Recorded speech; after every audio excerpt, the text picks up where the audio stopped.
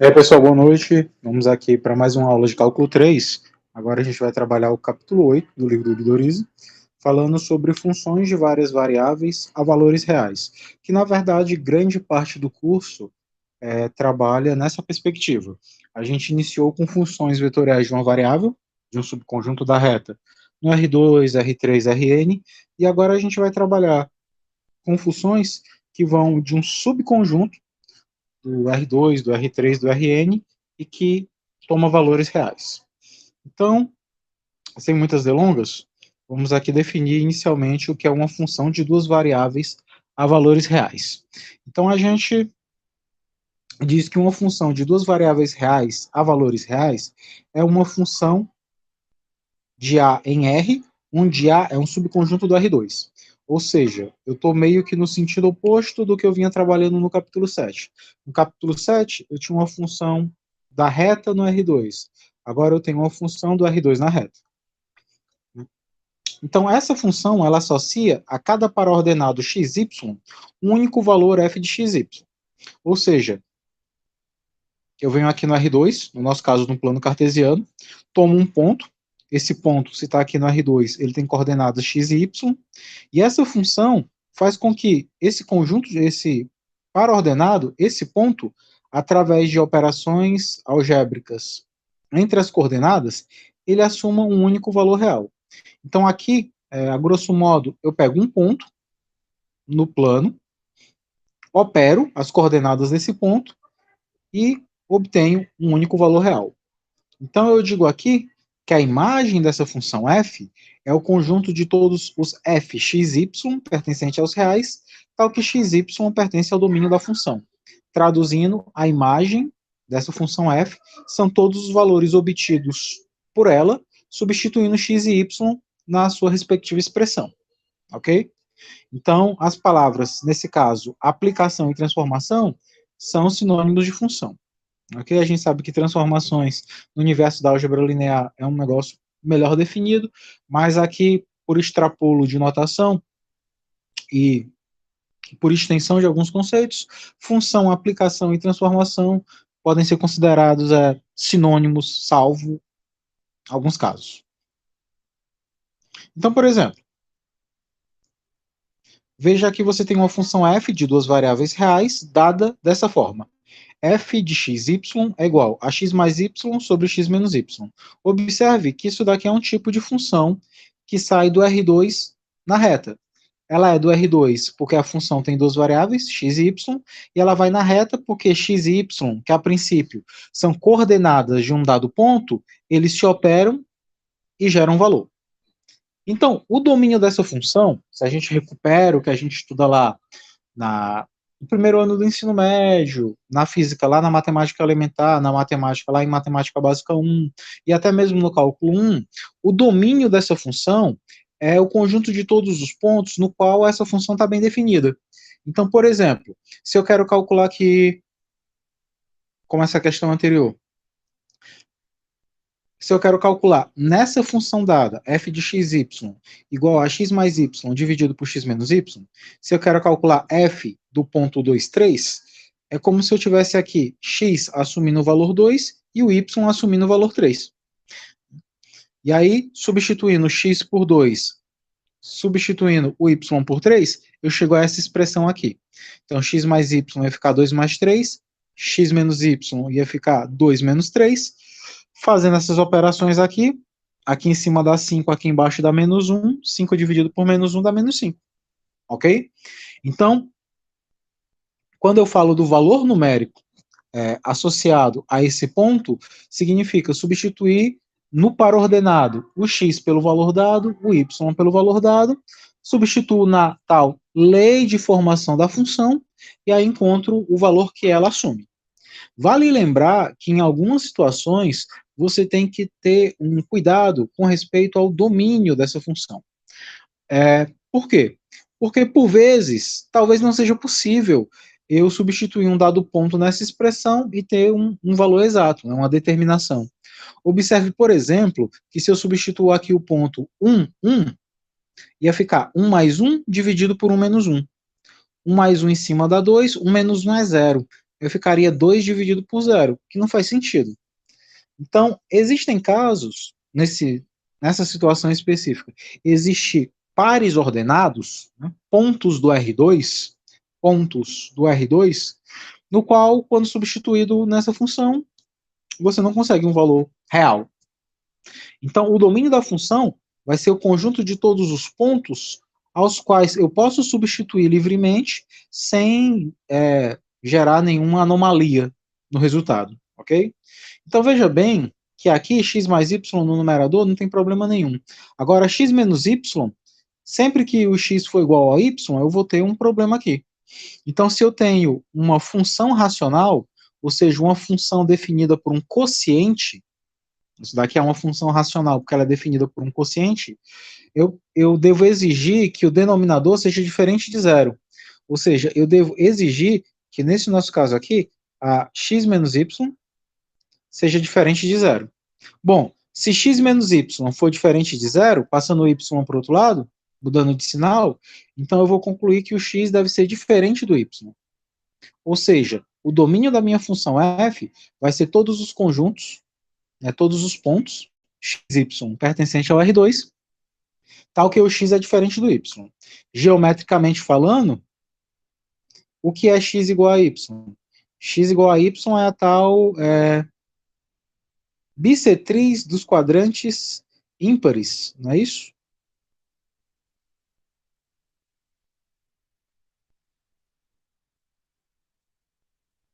Então, no caso aqui, tem que ter o x diferente do y. Bom, recobrando essa função,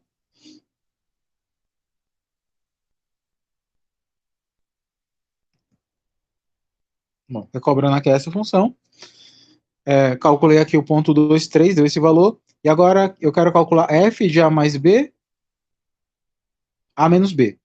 Substituindo isso nessa expressão, a gente vai ter o seguinte: o a mais b é como se fosse x, o a menos b é como se fosse o y, daí então eu tenho x mais y, ou seja, a mais b somado com a menos b, e aqui embaixo eu teria x menos y, ou seja, a mais b menos a menos b. Operando isso daqui, b negativo cancela com b positivo, a mais a dá 2a, fazendo o jogo de sinal aqui, esse A fica negativo, então cancela esse A. Esse B, que é negativo, com esse menos, vai ficar positivo. Aí B mais B dá 2B, vai ficar 2A dividido por 2B. Corto A 2 com 2, fica A sobre B. Ok? Outro exemplo, representar graficamente o domínio dessa função.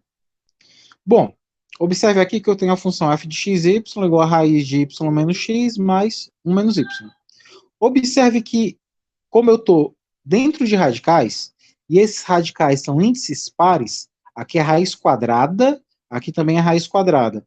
Então, esses radicais são radicais de índice par. Ou seja, o número que está aqui dentro, para que faça sentido algébrico, esse cara tem que ser um número positivo. Eu não posso ter, por exemplo, dentro desse radical, o menos 3, porque a raiz quadrada de menos 3 não pertence aos reais. Então, eu preciso exigir que esses caras que estejam no radicando, ou seja, na parte interior do meu radical, eu tenho que exigir que esses camaradas sejam maiores ou iguais a zero. Ou seja, eu tenho que exigir que esses fatores que estão dentro dos radicais sejam positivos. Ou pelo menos zero, né? Que não é positivo, mas a raiz de zero é zero e fica bem definida. Então, o domínio de f é o conjunto de todos os pares que vão satisfazer simultaneamente essas duas inequações. Então, eu vou ter a inequação aqui provinda do primeiro radical, x menos y maior ou igual a zero. Né? Aí eu posso passar o x para o outro lado e chegar que y é maior ou igual a x. E o outro radicando, 1 menos y maior ou igual a zero. Se eu passo y para o outro lado, eu fico com y menor ou igual a 1. E aqui, esse já é o domínio. Então, o domínio é o conjunto de todos os pontos, x e y, pertencentes ao R2. É R2 porque eu tenho duas variáveis em questão, tal que esse par de inequações deve ser satisfeito. Agora, para representar graficamente esse domínio, eu devo entender o que cada inequação dessa simboliza. Observe que se eu pegasse y igual a x, eu teria aquela reta que passa pela origem e que passa pelo primeiro e pelo terceiro quadrantes, né, do plano cartesiano. Como eu quero que seja y maior ou igual a x, então eu vou escolher a porção positiva que essa reta determina. Ou seja, se eu penso nessa reta aqui, ó, eu vou tomando só a porção positiva dela, que seria toda essa parte aqui, né, que eu estou agora zigue-zagueando o cursor do mouse. Entretanto, eu tenho outra inequação aqui, que é a y menor ou igual a 1. Se eu pego a reta y igual a 1, quando eu a represento graficamente, tá aqui a reta y igual a 1, ela é uma reta paralela ao eixo do x, que corta o y apenas no ponto igual a 1. Como eu quero que a igualdade determine y menor ou igual a 1, então eu quero do 1 para baixo. Então eu quero toda essa região que eu estou zigue-zagueando agora. Ó. Então, por um lado, a y igual a x pega o semiplano positivo, ou seja, pega puxando para cima. Por outro lado, a reta y igual a 1 vai puxando para baixo. E a região de encontro entre elas é justamente esse pedacinho aqui, ó. Então, graficamente, esse é o domínio da minha função f. Os pontos que eu posso escolher e substituir na minha função, sem ter medo de dar algum valor complexo, ou que não possa ser determinado por alguma operação algébrica básica, é essa daqui. Essa é a região. Graficamente, essa é a região no qual eu posso tomar valores de x e y sem nenhum problema. Ok? Então, essa aí seria a representação gráfica do domínio de uma função com duas variáveis reais. Outro exemplo que a gente pode tomar agora é a função f. Agora, uma forma que não é tão comum, mas por vezes pode ocorrer, é essa daqui. xy, ordenado xy, aqui parece o símbolo do infinito, né? Mas aqui está dizendo que xy tem uma correlação com z. Ou seja, o par xy assume valores através de alguma determinada operação e que esses valores agora serão chamados de z. E é o que ocorre aqui, ó. O z ele é igual a 5x² menos y, 5x² y menos 3x. Observe que z depende do valor de x e depende do valor de y. Então é como se z fosse uma função de x e y. Então quando eu escrevo z igual a 5x2y menos 3x, eu estou dizendo implicitamente que z é uma função de x e y. Então, nessa equação, x e y são vistas como variáveis independentes e z é uma variável dependente. Por que x e y são variáveis independentes? Porque como eu estou com uma função do R2 na reta, eu posso tomar pontos quaisquer no R2. Então, quando eu escolho um ponto x, existem outros tantos y que podem formar um par ordenado com ele. E a escolha de x independe da escolha de y. Eu posso escolher um valor de x positivo e o y ser negativo, e isso não é um problema. Por isso que x e y são consideradas variáveis independentes. Z é uma variável dependente no seguinte sentido. Se eu escolho o valor de x e escolho o valor de y, automaticamente o valor de z ficou escolhido. Então eu não tenho aqui um grau de liberdade 3, de poder escolher x, de poder escolher y, de poder escolher z. O que eu posso fazer é escolher x, escolher y, e ao passo que eu faço essa escolha, já fica escolhido, por operações algébricas entre x e y, o valor de z. Portanto, a gente considera z como uma variável dependente. E aqui, nesse exemplo em particular, o domínio da sua função é o próprio R2. É o próprio conjunto dos números reais. No caso, o próprio plano cartesiano. Né? É o próprio conjunto dos números reais, tanto para a variável x como para a variável y. Odécio, como é que é tão simples ver isso, já que na outra eu tinha aquela restrição sobre o denominador? É só você ficar se perguntando se essa expressão que lhe foi agora entregue, se ela tem alguma restrição. Se ela tem um radical que eu deva ter cuidado para não dar número negativo, se tem alguma fração que eu tenho cuidado de ter o denominador diferente de zero, se a base de um logaritmo precisa ser um número positivo diferente de 1. Então você olha para a expressão e vê se não tem nenhuma dessas patologias que você deva corrigir organizando o domínio. Caso não haja, o seu domínio é o próprio R2. Em particular, como essa expressão aqui, 5x2y menos 3x, ela é um polinômio do segundo grau em duas variáveis, ela é um polinômio, claro, ela é do segundo grau, porque x quadrado é a variável com maior expoente, e ela é um polinômio nas variáveis x e y, porque x e y são variáveis independentes. Então, isso é um polinômio.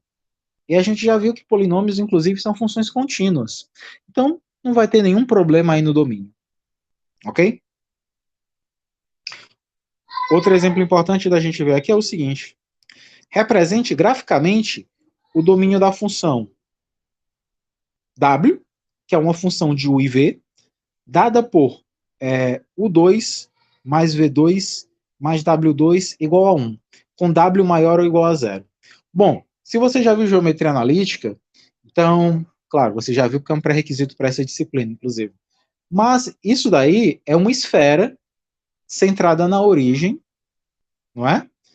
Isso olhado no espaço 3D, não estou ainda olhando no plano cartesiano, não.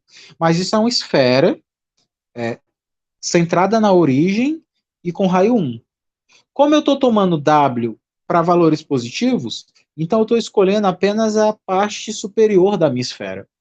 Ok? Então, se eu olho isso no R3 como uma superfície, isso é uma esfera de centro na origem e de raio igual a 1, e pela escolha do W maior ou igual a zero, eu estou tomando, então, uma semisfera. Eu pego a esfera completa, corto ela no sentido do círculo maximal, ou seja, pego um plano sextor e faço uma secção de sorte que passe pela origem, no caso, passe pelo centro da esfera, e tomo apenas a parte positiva, né, a parte superior da esfera. Acabo tendo uma calota esférica. Mas como eu estou olhando isso daqui como uma função de duas variáveis, ou seja, o W é uma variável dependente, porque ele depende através da função f das variáveis u e v, então eu não vou ter aí um gráfico de uma superfície, eu vou ter um gráfico de uma curva, ou seja, eu vou ter um objeto bidimensional, algo em dimensão 2. E aí o que eu vou fazer? Se eu estou dizendo que o W é uma função de x e y, isso significa que eu posso pegar o W, posso isolá-lo e torná-lo explicitamente uma função de x e y. E aí o que eu faço em situações como essa? Se o W é uma função de u e v, perdão, o W é uma função de u e v, então eu posso pegar o W e isolar. Esse U que é positivo passa a negativo, o V que é positivo passa a negativo, e esse W que está aqui ao quadrado passa para o outro lado na forma de raiz. E aí na hora você pensa, poxa, quando eu passo a raiz, às vezes eu tenho resultados positivos e às vezes eu tenho resultados negativos. Por que aqui o W não é mais ou menos a raiz quadrada de 1 menos o 2 menos V2? Por que eu escolhi apenas a parte positiva dessa expressão algébrica?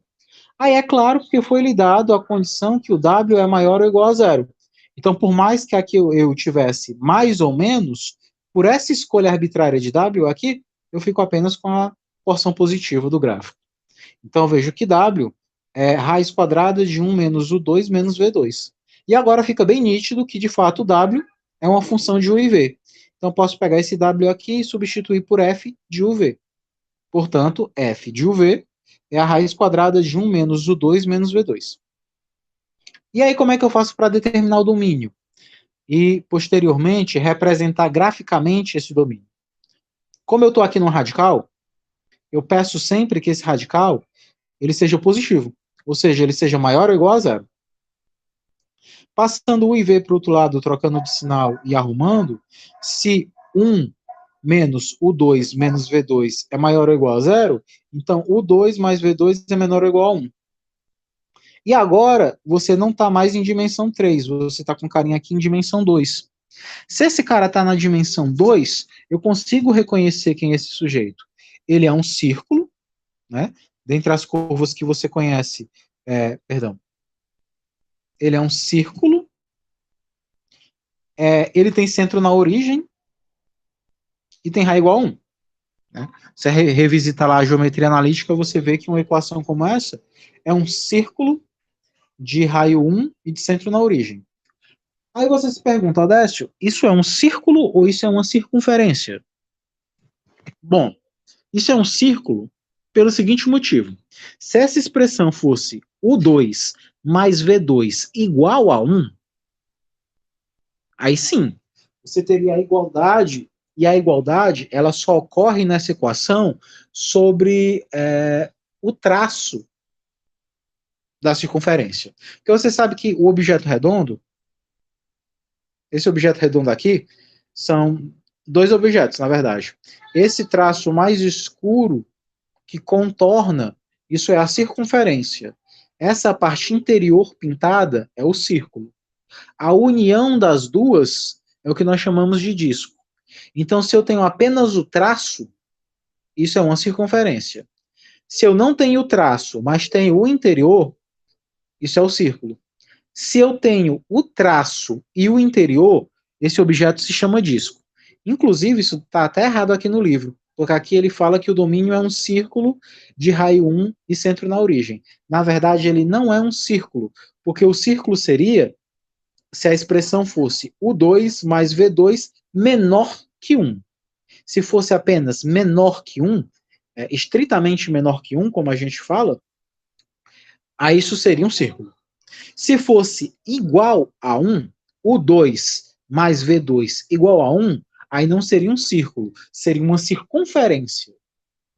Como no caso a gente tem os dois, tem o menor e igual a 1, então esse objeto, ele tanto tem o seu bordo, né, esse seu contorno, esse seu traço aqui, que delimita a circunferência, ele também tem um interior que limita o círculo. Portanto, esse objeto que tu tens aqui, ele é um disco. Então a gente pode, a grosso modo, entender que o objeto disco é a união do objeto círculo com o objeto circunferência.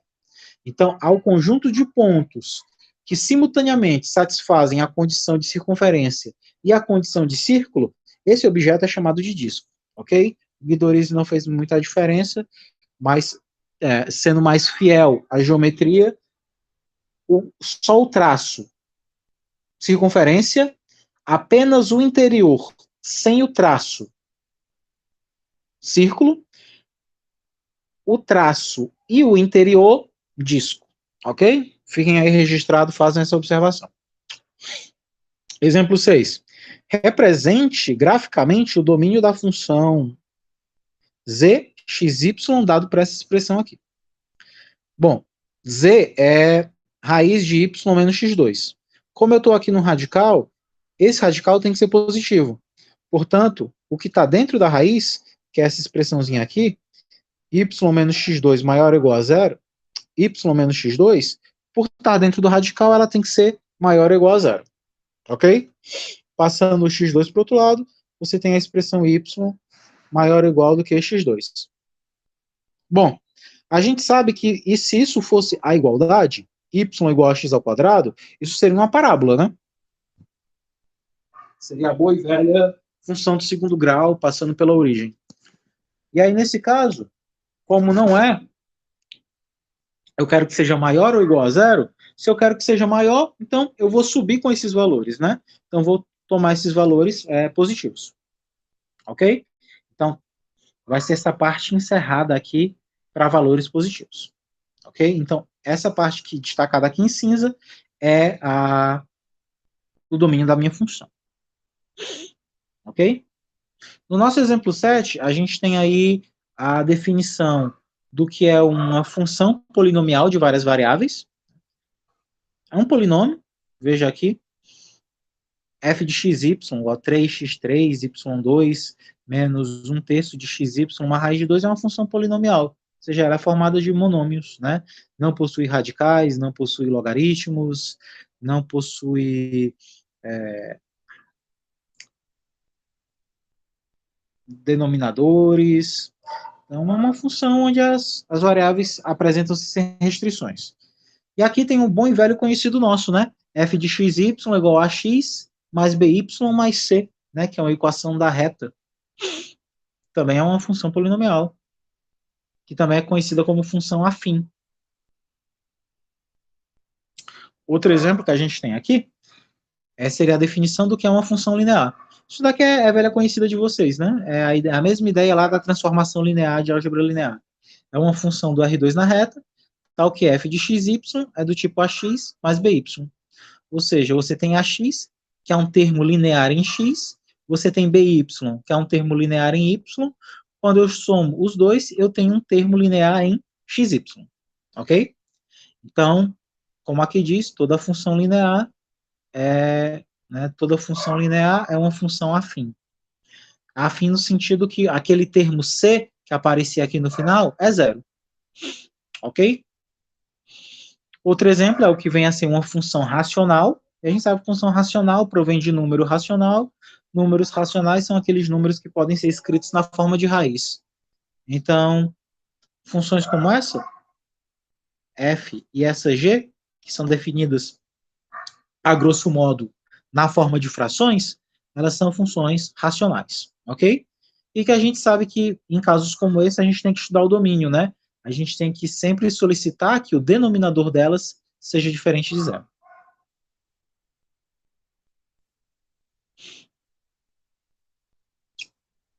Bom, a gente também tem o conceito de função homogênea. Uma função ela é dita homogênea quando ela tem essa característica aqui. Olha, eu vou gastar talvez um pouquinho mais de tempo aqui, mas para quem é da física, a própria escrita dessa formulação, ela é importante porque ela nos vai nos remeter à equação da onda, à equação do calor e a outras funções que acabam quase se confundindo estruturalmente com alguns tipos especiais de equações diferenciais. Então, uma função ela é dita homogênea se ela satisfizer isso daqui. Bom, eu sei que normalmente a função f ela é de x e y. Ou seja, eu pego um ponto xy do plano e substituo na minha função. Agora imagine que eu fiz uma aplicação homotética a esse ponto. Eu peguei esse ponto, que classicamente é x e y, e agora eu multiplico tanto x como y por t. Ou seja, eu faço uma homotetia. Né? Se eu pensasse que x e y pudesse ser um vetor, eu fiz um múltiplo desse vetor. Aí esse múltiplo de vetor, ele pode ser uma expansão, né? Se esse t for maior do que 1, ele pode ser uma contração, ou seja, o cara pode diminuir, se estiver entre 0 e 1. Ele pode ser uma inversão, se ele for negativo, aí ele fica com a mesma direção, mas com o sentido oposto, e aí por diante. O que eu fiz aqui foi tanto pegar o x e o y normais da função e multipliquei por t. Quando isso ocorre, se ao fazer isso eu consigo algebricamente escrever esse resultado aqui, isso daqui não é um lambda multiplicando, viu, gente? Está digitado errado no livro. É t elevado a lambda f de xy. Esse lambda aqui, ele é uma potência desse t. Por favor, consertem. Então, f de xt yt é igual a t elevado a lambda f de xy. A formulação e o entendimento dela, nesse sentido, pode parecer complicado, mas aplicando faz mais sentido.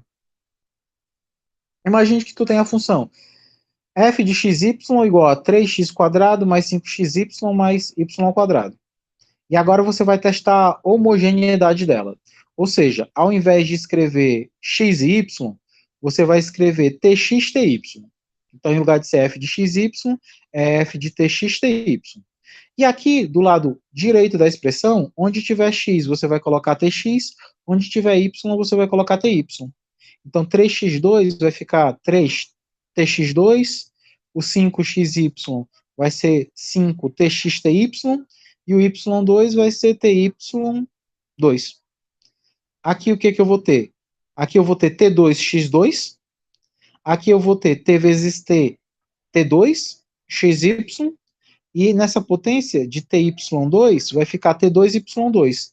Então tem t2 aqui, tem t2 aqui e tem t2 aqui.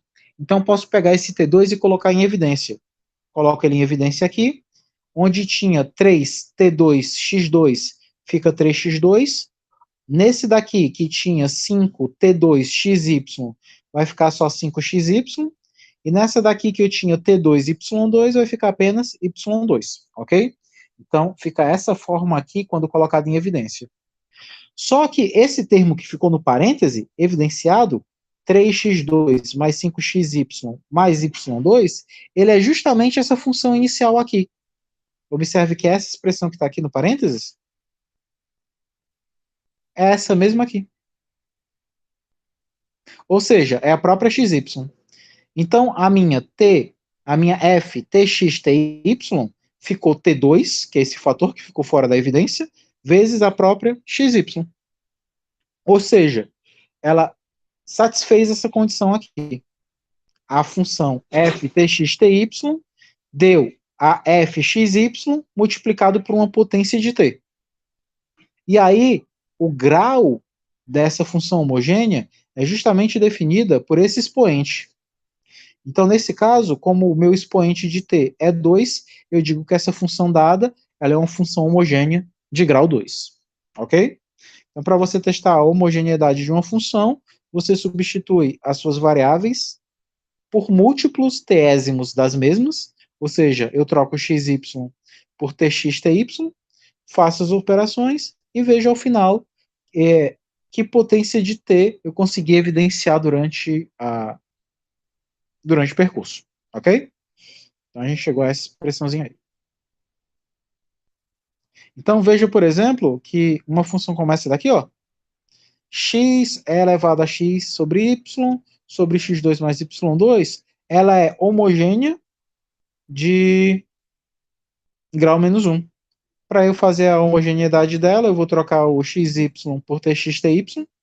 Então esse x vira tx, esse x aqui fica tx, esse y fica ty, só que eu posso cortar o t de cima com o t de baixo, então vai ficar o próprio xy. Teve o t, mas eu cortei o de cima com o de baixo. Esse x2 fica tx2, esse y2 fica ty2, aí eu posso colocar esse t2 em evidência e fica assim. Ok? Aí aqui, como tem um t e aqui embaixo tem 2, eu posso cortar um de cima com um de baixo, e aí fica só o t aqui embaixo. Esse t aqui embaixo, eu posso puxar aqui para cima, usando aquelas propriedades de potência, né? Se eu tenho um camarada que está embaixo, eu posso puxar ali para cima, trocando o sinal do seu expoente. Então, como eu cortei um t de cima com um t de baixo, desses dois sobrou apenas um, e aí eu vou puxar ali para cima, e esse 1 que eu estou puxando para cima fica menos 1. Então fica t elevado a menos 1, e aí fica, quem não é t? É a x elevado a xy sobre x2y2, que é justamente a mesma função que iniciou o problema. Então, ao final das contas, realizando todos os algebrismos, eu encontrei a t elevado a menos 1, e o resto ficou igual. Portanto, eu digo que ela é homogênea, porque satisfez aquela condição de ser gerado uma potência de t, e o grau dela é menos 1, porque o expoente obtido no t é justamente menos 1. Então, essa ideia de grau, diferentemente dos polinômios, esse grau de homogeneidade pode ser negativo sem problema nenhum. Ok?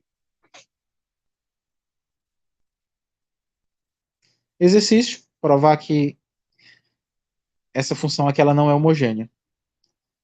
Na verdade, eu sugiro para vocês um exercício mais geral. Mostre que qualquer função afim na qual C é diferente de zero não é homogênea. E que uma condição necessária e suficiente para que uma função afim seja homogênea é que o C seja igual a zero. Ou seja, uma função afim ela só é homogênea se for linear. Excelente exercício. Inclusive, exercício que podia até valer uma questão de prova, né? Dada uma função linear, prove que a mesma só poderá ser homogênea se e somente se esta for linear, ok? Fica o exercício. Aí o Guidorizzi sugere uns exercícios, a gente não vai fazer, mas são exercícios até que bacanas, para você treinar essa parte teórica. Veja que a maioria é a mesma coisa, né? Pede o valor numérico, pede para que você desenhe o domínio e tudo. E a gente vai vir aqui para o que nós chamamos de gráfico e curvas de nível, né? Então eu digo que uma função z de x e y, com xy pertencente a A, que é um certo subconjunto lá do R2, de variável real, uma função real de duas variáveis reais, o seu gráfico é esse conjunto aqui.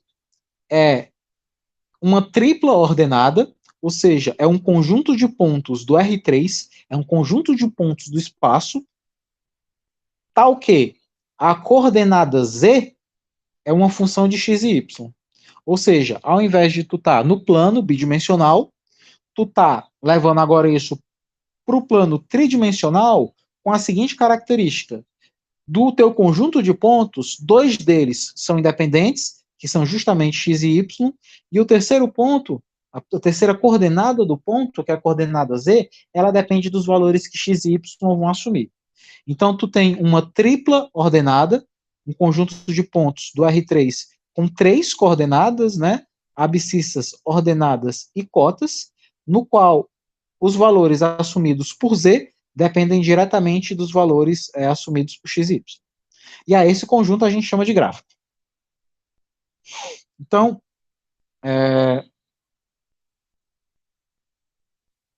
graficamente você teria isso daqui. Isso é um gráfico. Você pega um ponto arbitrário qualquer aqui, ó, no plano. O plano seria esse espaço aqui de baixo, x e y. Você escolhe um, calcula a função z. A função z lhe dá um valor. Aí você pega esse conjunto de dois valores que você já tem, junta com o valor que a função lhe deu e cria um ponto agora que está na terceira dimensão. Ao unir todos os pontos da terceira dimensão, eles formam essa rede, aqui, né, esse emaranhado de pontos, que vai ser então o gráfico da tua função. E essa representação geométrica do gráfico não é uma tarefa fácil, né? Desenhar gráficos no espaço, no plano já não é, né? Você já faz uso de derivada, de inflexão, de máximo e mínimo local, assíntota horizontal, vertical, assíntota oblíqua. Então, tem uma série de passos que você faz para um gráfico no plano. Imagina observar um gráfico no espaço, né? Mas aí você pode, então, se atentar a observar quais são as suas curvas de nível. Ou seja, como é que você pega essa figura de três dimensões, que é uma figura, a princípio, complexa, e sai fatiando ela em desenhos mais simples de serem realizados no plano. E aí esse conjunto de curvas de nível, esse conjunto de pedaços, podem lhe ajudar a construir o seu gráfico lá do espaço, né? A construir a sua superfície. De vez em quando eu falo o termo superfície aqui, pessoal, até com um pouco de receio, porque para análise, superfície é um negócio um pouco mais complexo, né? Ele tem uma série de exigências mais topológicas, mais relacionadas à suavidade, enfim. Mas sempre que eu falar de superfície, imagine que é um objeto, a princípio, lá em três dimensões, tá? Apesar de não ser isso, mas tente enxergá-lo assim sendo. Pelo menos por enquanto. Então, o que a gente vai... quais são os nossos objetivos quando a gente pensa nas curvas de nível? Quando a gente vai fazer as curvas de nível de uma função, basicamente a gente pega a equação que determina essa função e iguala ela a uma determinada constante. Normalmente essa constante, ela pertence ao domínio da função. Então é como se você tivesse, a grosso modo, tentando encontrar funções inversas. Você pega a sua função, iguala a um determinado valor, e tenta interpretar o que geometricamente aquilo está querendo lhe dizer. O que aquilo geometricamente simboliza. Então imagine o seguinte.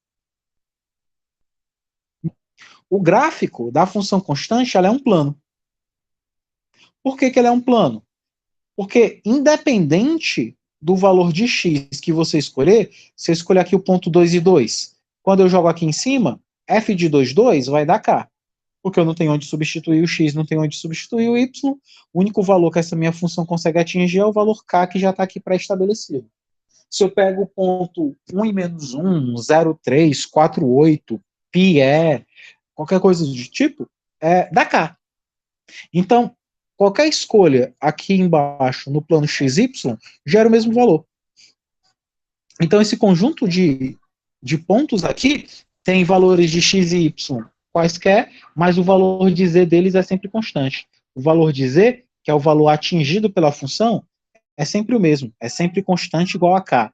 Então, isso eu tenho um plano paralelo ao plano XY e que está a uma altura k dele, ok? Você está dizendo que isso daqui é uma certa função altura constante.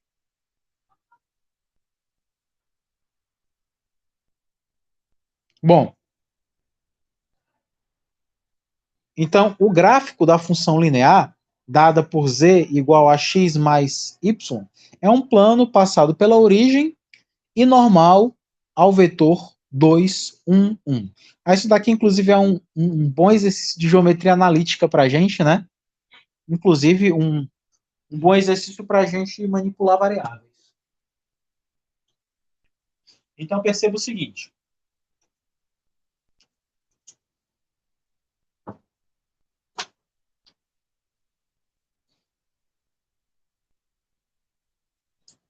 Vamos lá. Z igual a 2x mais y. Organizando isso daqui, passando o z para o outro lado da expressão, eu tenho 2x mais y menos z igual a zero. Isso daqui, para a gente que já estudou geometria analítica, já fica bem óbvio que é um plano, né? Porque é uma equação do primeiro grau em três variáveis igual a zero. Então, isso daqui a gente sabe de geometria analítica que isso é um plano. Mas se tu não soubesses, tu pode reescrever essa expressão aqui como sendo o produto interno entre o vetor 2, 1 e menos 1, que são justamente os coeficientes dessas três variáveis, exatamente nessa ordem, 2, 1 e menos 1. Isso daqui é o produto interno desse vetor com um tal vetor xyz. Só que esse vetor xyz, ele pode ser entendido como sendo o ponto xyz subtraído da origem. Lembre lá de geometria analítica que, por vezes, é interessante pegar um ponto e, de certa forma, identificá-lo a um vetor, tal que o vetor xyz ele pode ser entendido como um vetor que sai da origem até o ponto xyz. Esse vetor que sai da origem e vai até o ponto xyz, ele algebricamente é isso, né? Ele é o ponto xyz menos o ponto 0, 0, 0. E a gente vê que isso daqui acaba, de certa forma, já criando a equação analítica do plano, né? E daí você pode aí observar que esse plano ele tem as seguintes características, né? Você vê aí que esse plano ele é determinado por essas retas. X igual a zero, z igual a y. Por quê? Porque se eu tomo o x igual a zero nessa expressão, ó, se eu tomo x igual a zero bem aqui, fica z igual a y. É isso daqui. Agora, se eu tomo y igual a zero, o z fica 2x. Então, posso pegar e escrever esse plano como sendo um plano determinado por essas duas retas aqui. Ok? Lógico, tinha muitas outras formas de escrever as formas paramétricas e reduzidas do plano, mas aí é uma escolha arbitrária qualquer. O importante é que você tenha entendido que essa equação aqui é a equação de um plano. Esse plano passa pela origem, porque não tem aquele valor constante d, que a equação do plano costuma ter, e é normal a esse vetor, já que esse vetor constitui os coeficientes das variáveis.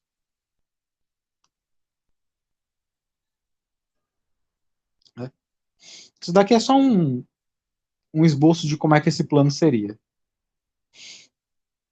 Bom, em linhas gerais, o gráfico de uma função afim, né? A gente já viu lá anteriormente que uma função afim é do tipo ax mais by mais c, plano, que é normal a o vetor AB menos 1. Isso daqui é fácil ver, né? Passa o z para o outro lado, fica ax mais by menos z mais c igual a zero.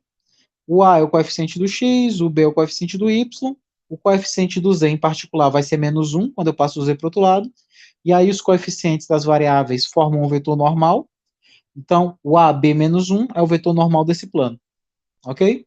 E aí você, pelo mesmo algoritmo lá, fazendo x igual a zero e depois fazendo y igual a zero, você consegue encontrar esse par de retas que bem determina esse plano, ok?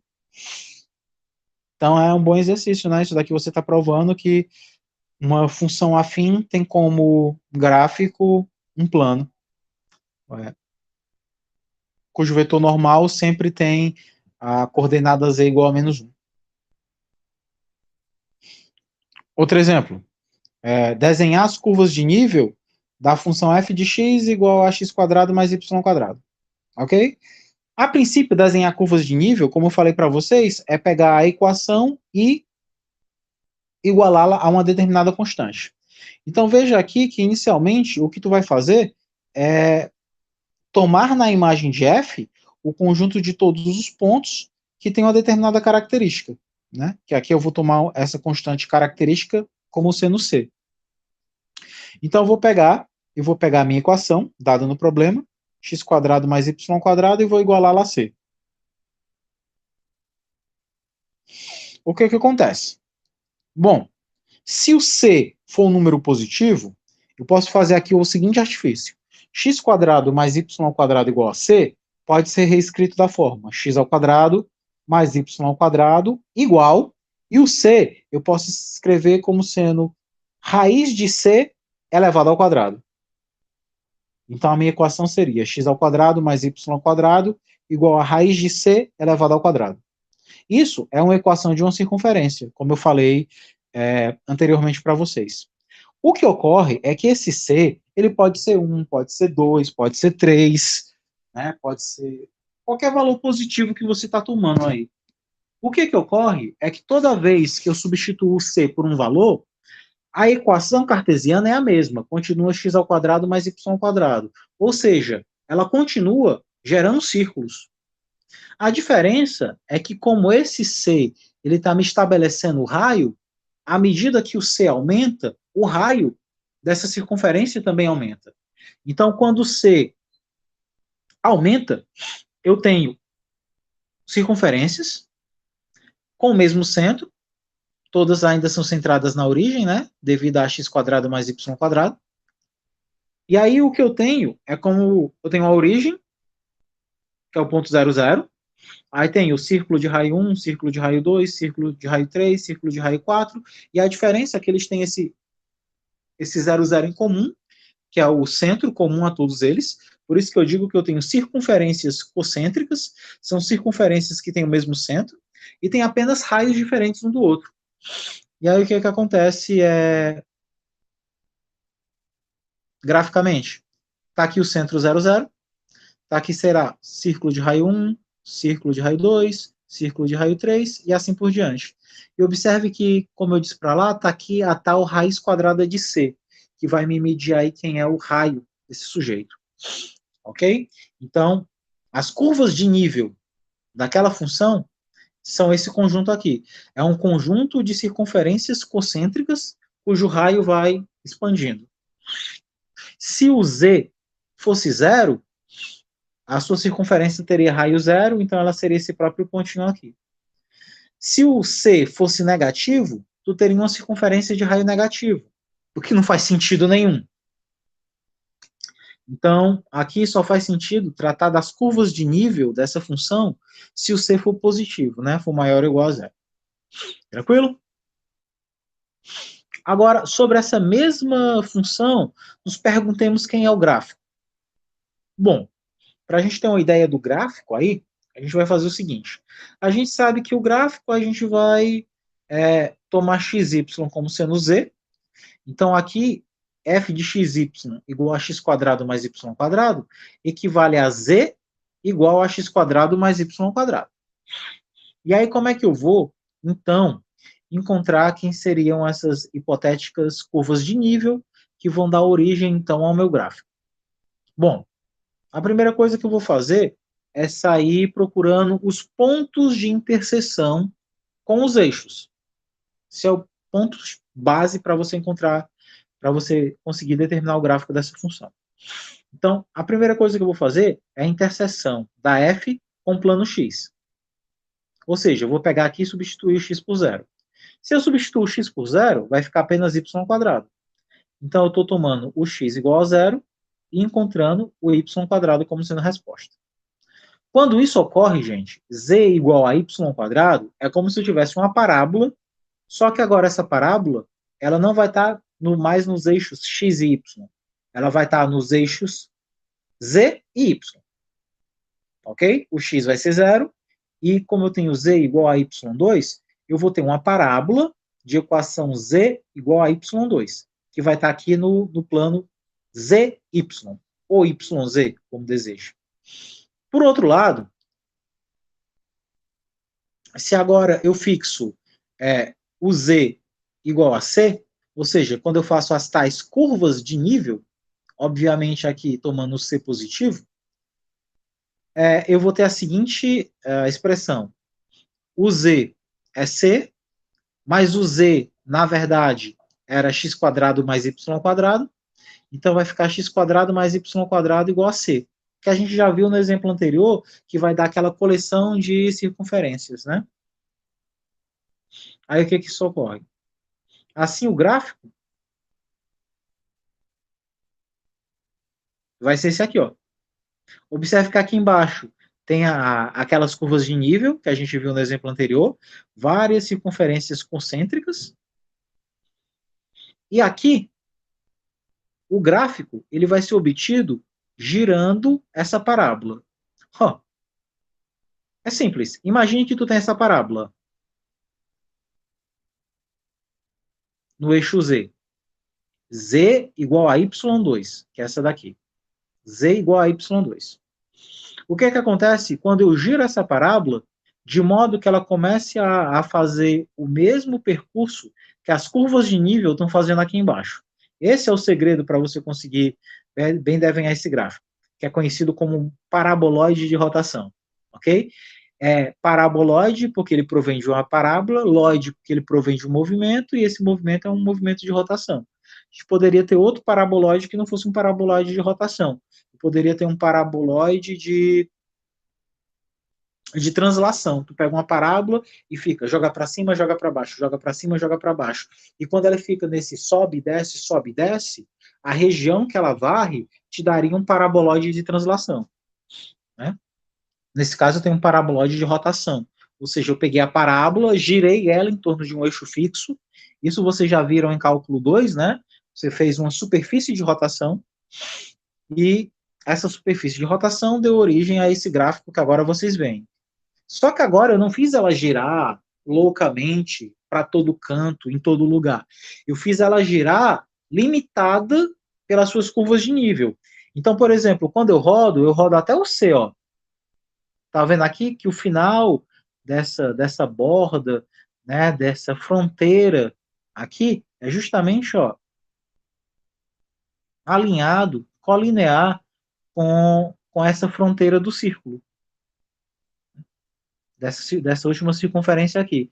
Então, eu não faço o meu paraboloide se expandir para cá, porque a minha curva de nível, por exemplo, está batendo bem aqui. Então, se a minha curva de nível chegou aqui e encerrou essa região, aqui embaixo no plano XY, o meu paraboloide hiperbólico, quando eu fizer a rotação, ele vai tomar como fronteira e não girar para além desse limite aqui. Então, o meu z igual a y2, ou seja, essa minha parábola aqui, ó, ela vai girar em torno do eixo do z, vai provocar essa superfície aqui, ó, e ela não vai se expandir mais do que o conjunto das curvas de nível que a limita inferiormente, ok? Então, isso daí é o nosso paraboloide de rotação. Se eu tivesse tomado outro sistema de coordenadas, esse paraboloide podia estar virado para a esquerda, podia estar virado para direita, podia estar virado para baixo, depende muito dos sinais que eu tomasse aqui, ou então das escolhas dos eixos. Então, isso daqui é um paraboloide, né, de rotação, obtido aí para o primeiro e segundo octantes, né, para essa suposta parte positiva do Z. Ok? Então, aqui tem uma observação, mas você consegue concluir. O gráfico dessa função z igual a x quadrado mais y quadrado, z igual a x quadrado sobre a quadrado mais y quadrado sobre b quadrado, onde o a e b são positivos, ele é chamado de parabolóide elíptico. Bom, ele é um parabolóide porque vocês viram que quando não tem o a e o b, ele é igual ao exemplo anterior, que ele é um parabolóide simples, né? Tá até aqui, né? Se a for igual a b, ele é apenas um parabolóide de rotação, parabolóide simples. Ele é chamado aqui de parabolóide elíptico, porque x quadrado sobre a quadrado mais y quadrado sobre b quadrado, se essa expressão aqui do lado esquerdo ela for igualada a 1, por exemplo, vai dar uma elipse. E aí, como esses valores de z aqui, eles podem ser valores quaisquer arbitrários, então o meu paraboloide ele vai ter sempre essa chamada da equação da elipse. Ok? Por isso que ele é chamado de paraboloide elíptico. Aqui tem outros exemplos, eu não vou me ater a isso, porque a gente já está falando muito, mas aí está resolvido no Guidorize, né? Domínio da função, desenhar as curvas de nível, desenhar gráfico. Eu vou fazer esse último exemplo, porque ele resume tudo o que a gente viu nessa sessão. Ok? Então, dada essa função, desenhe domínio em imagem, desenhe as curvas de nível e esboce o gráfico. Então, para determinar o domínio, eu vou olhar que essa função aqui ela é uma função racional, que ela é determinada por uma fração. Então, eu devo pedir que o denominador seja diferente de zero, ou seja, que x quadrado mais y quadrado seja diferente de zero.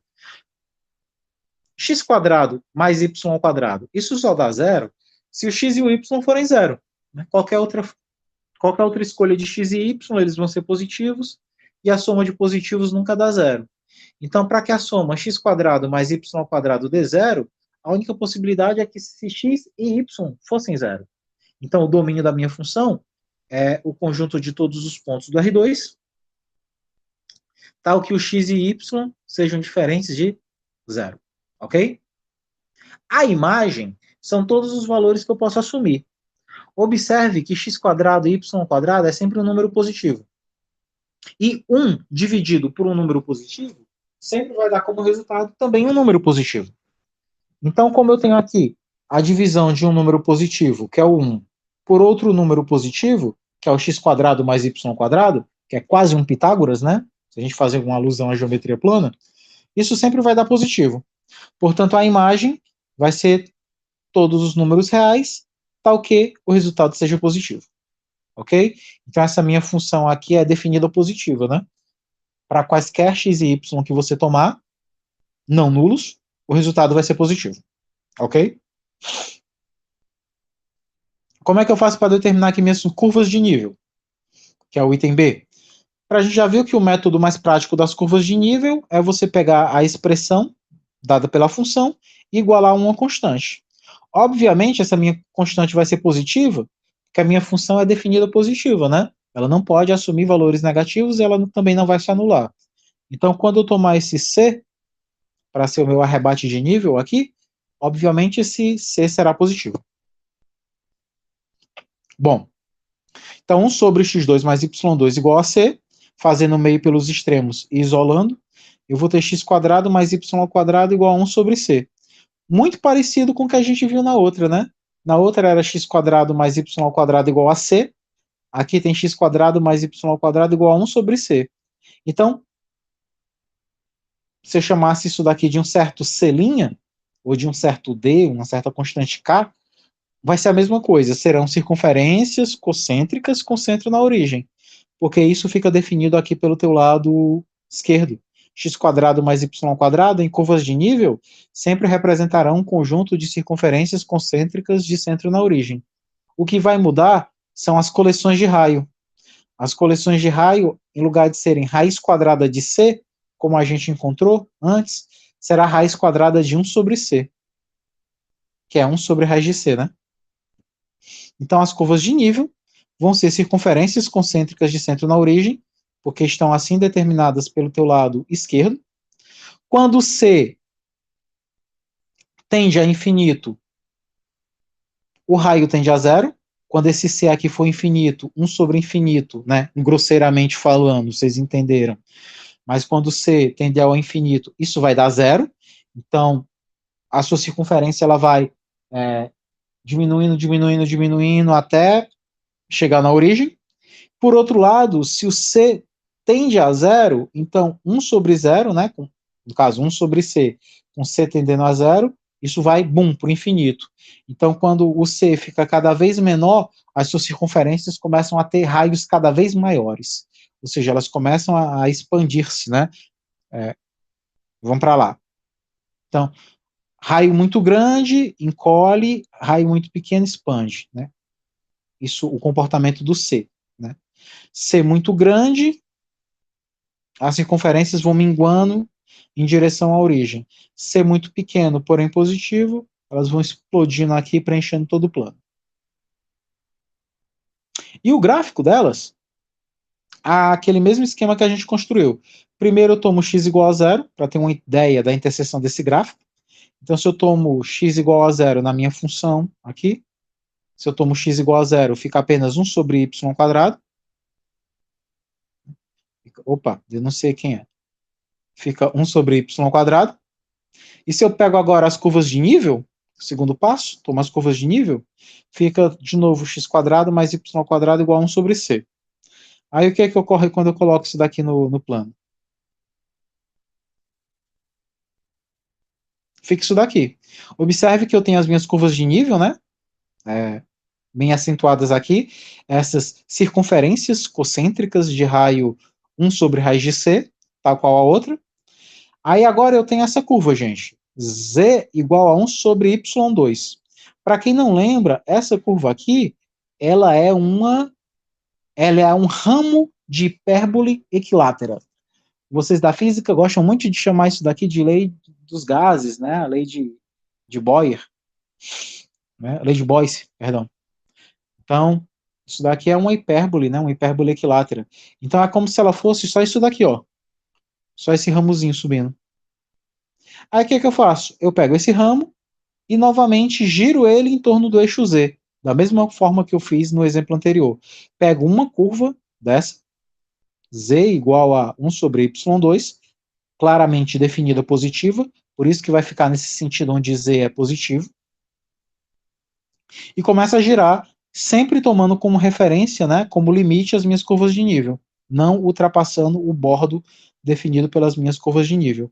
Então, esse 1 sobre Z aqui, Z igual a 1 sobre Y2, essa curva recíproca, essa hipérbole, vai girando e vai formando essa superfície, que ela é localmente equivalente ao que nós chamamos de tuba de Gabriel. Essa superfície é muito conhecida como tuba de Gabriel, ok? A princípio, tu não tem, assim, a obrigação de conhecer os objetos por nome e tudo, mas é um bom exercício de geometria e até mesmo revisitar a ideia de superfícies de rotação do cálculo, você sair esboçando esses conjuntos, né? Quem é o domínio, quem é a imagem, quem são as curvas de nível, quem seria o gráfico. Não é nada assim necessário e suficiente para esse curso, mas é bonito. Então aqui tem outros exercícios equivalentes, eu não vou me ater para ficar falando direto sobre a mesma coisa, mas aí vocês vão ver aí que existem coisas bem legais, né?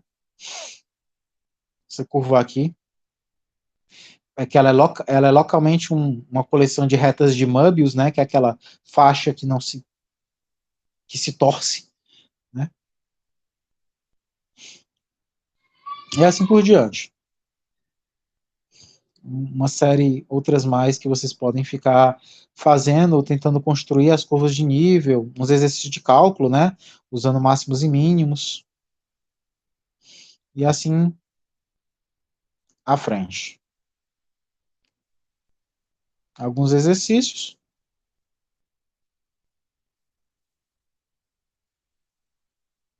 E aí a gente tem toda a teoria que a gente viu anteriormente, só que agora em funções de 3 variáveis. Então, não vou ser redundante, porque as ideias são as mesmas, tu tem apenas mais letras.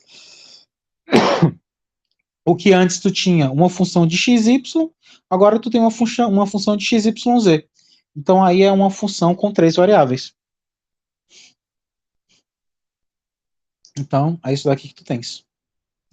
Uma função de f de xyz, por exemplo, igual a y, e essa função aqui tu pode pegar e chamar de w. Então, isso em essência, observem que as ideias são as mesmas, né? Por exemplo, eu quero as superfícies. Agora você não fala mais de curvas de nível, né? Você fala agora de superfícies de nível, porque como você está na terceira dimensão, as suas curvas viraram superfícies. Então a ideia é muito parecida, né? Então, se eu quero as curvas de nível, eu pego a equação, no caso não, as curvas, as superfícies de nível, e igualo a uma certa constante. Bom, se com xy eu teria x quadrado mais y quadrado igual a c, sendo uma coleção de circunferências, se eu coloco uma dimensão a mais, as circunferências se tornam esferas, né? Então, x quadrado mais y quadrado mais c quadrado, mais e quadrado igual a c, obviamente esse c é positivo, porque é uma soma de termos positivos. Então, isso daqui é o quê? É uma coleção de esferas, né, de superfícies esféricas de centro na origem, cujo raio é aquele tal raiz de C. E aqui tem exercício, é um exercício de quádricas, né, não chega nem a ser um exercício de cálculo, é um exercício de quádricas, e só. O resto é redundante, ok? Então esse capítulo 8, como eu tinha outra hora falado para vocês, ele é um capítulo de desenho, né, a gente conseguiu aqui falar de outras coisas que não sejam só representatividades, desenhos e coisas do tipo, mas fica claro que agora os nossos objetos de estudo são funções que têm mais de uma variável. Eu quero, no cálculo 1 e no cálculo 2, trabalhar tão somente com a variável x e nas funções vetoriais de uma variável real, eu era acostumado a trabalhar com a variável t, agora eu vou ter mais variáveis independentes para trabalhar. Se eu tiver funções de duas variáveis, eu vou ter variáveis x e y. Se eu tiver funções de três variáveis, funções f de x, y, z, e assim por diante. Quanto maior for a dimensão do domínio, maior vai ser o número de variáveis independentes. E daí, então, a gente vai ter que trabalhar, a princípio, os clássicos conceitos do cálculo, né? Limite, continuidade, derivação e integração. Esse curso de cálculo 3, ele toma para si a responsabilidade do estudo de limite, continuidade e diferenciabilidade. Né? A parte das integrais vocês vão ver no cálculo vetorial, né? No tal cálculo 4. Mas aqui nos cabe o entendimento sobre limite, derivadas e continuidade, ok? Então, nosso próximo encontro a gente vai falar lá sobre limite e continuidade de funções reais de duas ou mais variáveis. Então, fico por aqui hoje. Tem lá uns exercícios para a gente trabalhar e o restante é com vocês. Depois a gente marca aí uma aulinha com alguns exercícios mais apurados, ok? Então, à disposição, bons estudos e até a próxima.